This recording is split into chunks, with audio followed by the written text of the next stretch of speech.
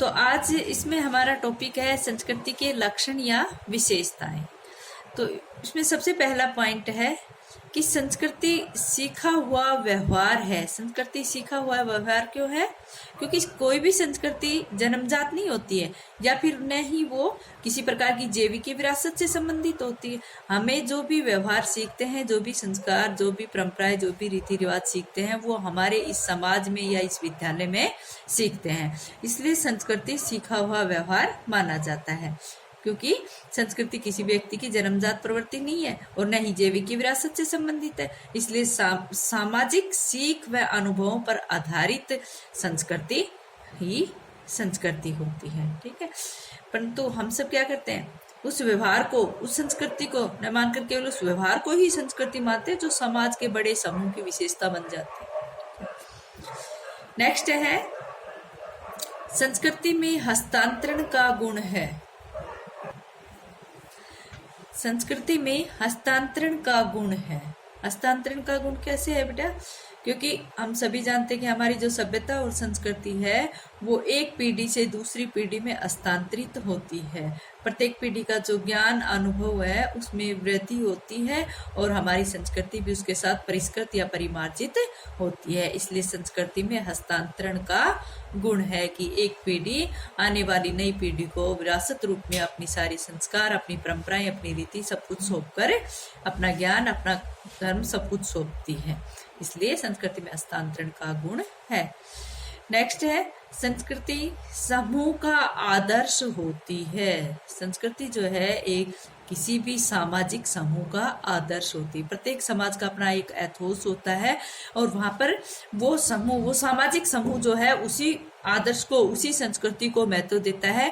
प्रत्येक सामाजिक समूह कहता है कि मेरी संस्कृति अच्छी है, अन्य कोई दूसरी संस्कृति है वो क्या है, वह अनैतिक है, पिछड़ी हुई है या फिर वो रूढ़िवादी है। इसलिए संस्कृति जो है वो किसी सामाजिक समूह का आदर्श होती है।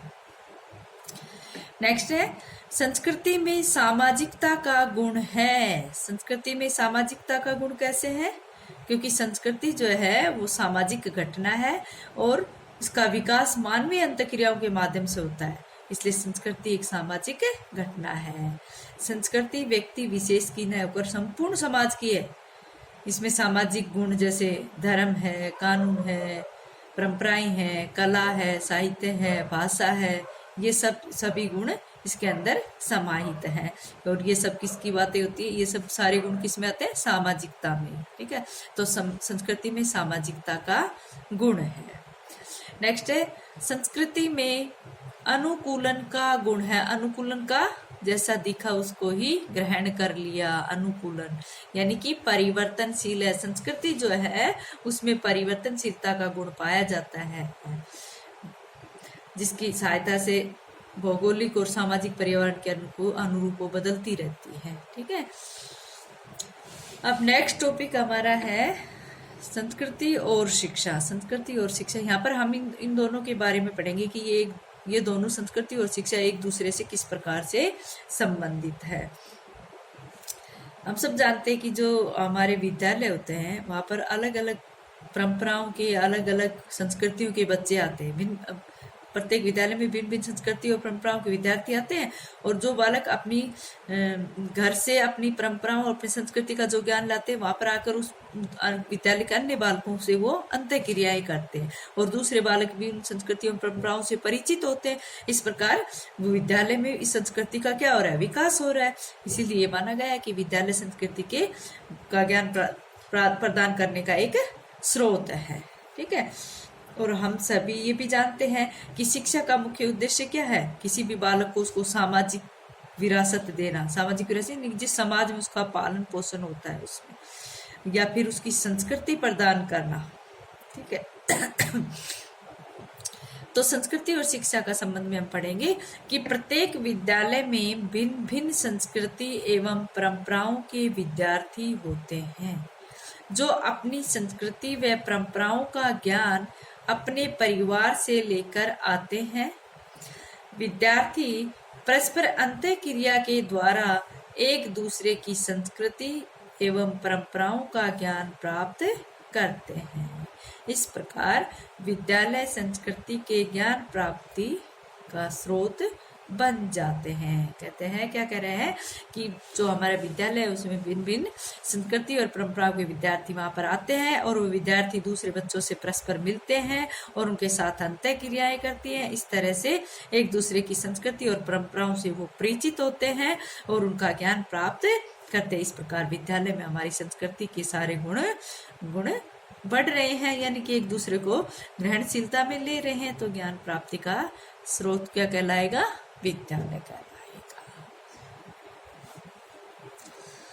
हम सभी जानते हैं कि संस्कृति और शिक्षा में घनिष्ठ संबंध है। ठीक है, तो अगला हमारा टॉपिक है शिक्षा व संस्कृति के कार्य। ये दोनों परस्पर मिलकर क्या करते हैं? शिक्षा व संस्कृति के कौन कौन से कार्य हैं जो दोनों का ही विशेष योगदान इनमें रहता है।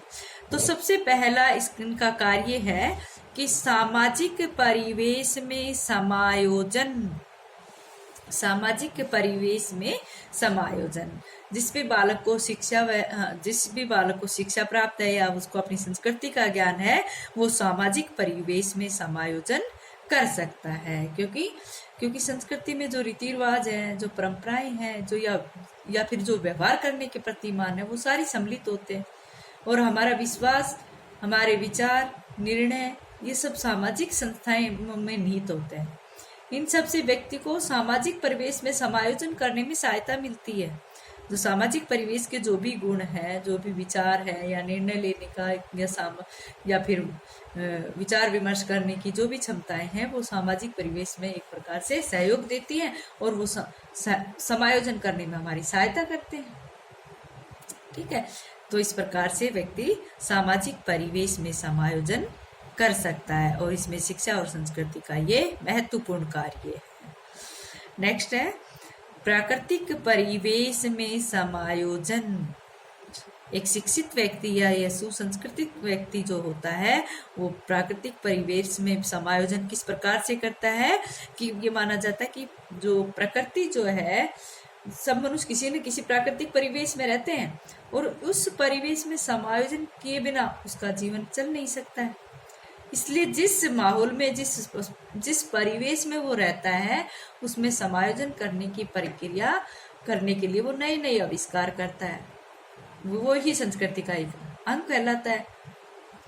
जो इसी कारण जैसे कि प्राकृतिक परिवेश का जो भिन्नताएं हैं, उसके साथ साथ वहाँ के लोगों की संस्कृति में भी परिवर्तन आता है और वो लोग उसी परिवेश में अपना जीवन यापन करने लगते हैं और शिक्षा उसमें समायोजन करने के लिए उस व्यक्ति का मार्गदर्शन करती है। ठीक है, नेक्स्ट है संस्कृति के हस्तांतरण में सहायता। संस्कृति के हस्तांतरण में सहायता किस प्रकार से करती है? जिस चीजों का हमें ज्ञान होता जाता है, आने वाली पीढ़ी को हम उन संस्कारों को, उन परंपराओं को प्रदान करते हैं। संस्कृति के भाई हम सभी जानते हैं कि संस्कृति में हस्तांतरण का गुण है, लेकिन हम शिक्षा के माध्यम से उन अच्छे गुणों को, उन उचित अनुचित, अच्छे बुरे का ज्ञान हो जाता है और जब हम एक पीढ़ी दूसरी पीढ़ी को वो सब विरासत में देती है तो कुछ अच्छाइयाँ, कुछ नए कार्य उसके अंतर्गत हो जाते हैं। तो इस तरह से संस्कृति के हस्तांतरण में शिक्षा और संस्कृति दोनों का ही योगदान रहा है। नेक्स्ट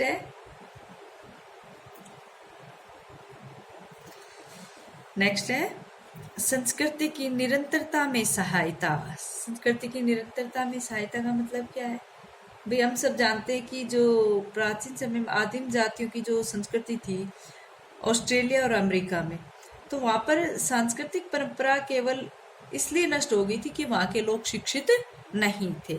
इसलिए इस संस्कृति की निरंतरता में शिक्षा की सहायता ली जाती है। ठीक है, कि हमारे जो संस्कृति किसी भी जाति के इतिहास का एक प्रकार से सार है, विशुद्ध सार है। उन रीतियों और उन परंपराओं से मिलकर बनती है जिसमें वो जाति लंबे समय के अनुभवों का निचोड़ रखती है। ठीक है, तो संस्कृति की जो निरंतरता है उसमें शिक्षा और संस्कृति का रोल होता है, यानी कि उसमें विद्यालय का भी एक प्रकार से रोल रहता है कि वो संस्कृति की सारी जो परंपराएं हैं, जो भी परिपाटी है, उसको निरंतर आगे बढ़ाती रहती है शिक्षा के माध्यम से। उनमें परिमार्जन भी होता रहता है। नेक्स्ट है संस्कृति के परिवर्तन में सहायता। संस्कृति के परिवर्तन में सहायता कैसे होता है? संस्कृति के परिवर्तन में सहायता विद्यालय का योगदान है इसमें। भाई बालक जैसे जैसे बड़ा होता है वैसे वैसे उसकी संस्कृति में के जो रीति रिवाज हैं, आदत जो है, आदतें, नियमों आदि को सीखता है और उन बातों को अपने माता पिता, फिर परिवार के अन्य लोगों से, फिर समाज के व्यक्तियों से और फिर विद्यालय या विद्यालय से सीखता है, विद्यालय से बाहर सीखता है। इसके व्यवहार में निरंतर क्या होता है? परिवर्तन होता रहता है। और ये परिवर्तन का क्या कार्य किस प्रकार से चलता है? चेतन और अचेतन में, अचेतन में चलता रहता है। ठीक है, तो इस प्रकार से हम जानते हैं कि संस्कृति में परिवर्तन में सहायता कौन कर रही है? शिक्षा या फिर विद्यालय कर रहा है। नेक्स्ट है व्यक्तित्व के विकास में सहायक।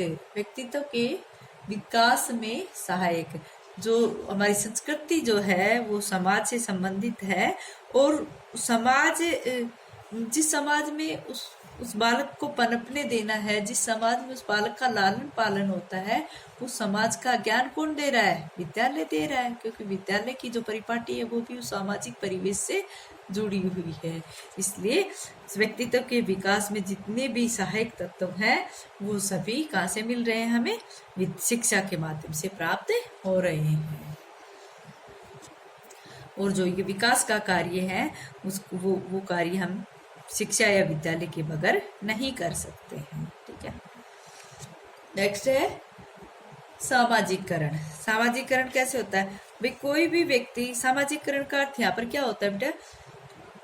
कोई भी व्यक्ति जो है किसी भी समाज में रहता हो, लेकिन वहां उस समाज को सीखने के लिए वो 3 तरह से कोशिश करता है। सामाजिकरण में व्यक्ति जो है उस सामाजिकरण की जो दशाएं हैं उनको अपनाने के लिए वो क्या करता है? 3 तरह से वो संस्कृति का एक अंग बनता है। सबसे पहले कैसे? सार्वभौमिक रूप में, सार्वभौमिक रूप में लेता है।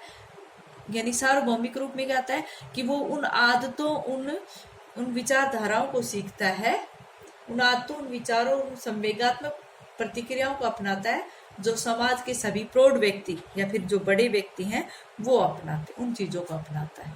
ठीक है, दूसरे नंबर पर वह उन चीजों को अपनाता है, उन चीजों को अपनाता है जो एक समाज का एक विशेष वर्ग अपना रहा।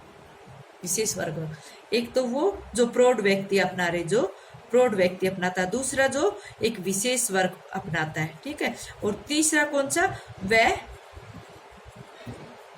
वैकल्पिक रूप से उन चीजों को अपनाता है। यानी संस्कृति को 3 रूपों में लेता है। एक तो सबसे पहले तो किसमें? जिसमें समाज के पुराने बूढ़े बुजुर्ग लोग अपनाते हैं उस रूप से, दूसरे जो समाज का एक विशेष वर्ग जिसको अपनाता है, और तीसरा वैकल्पिक रूप से, यानी कि वो अपने तरह से समाज के अपनी तरीके से अपनाने की कोशिश करता है। ठीक है, तो इन तीनों ही चीजों से उस व्यक्ति में क्या आता है? सामाजिकरण की भावना पनपती है या फिर लोकतांत्रिक गुणों का समावेश यहाँ पर होता है।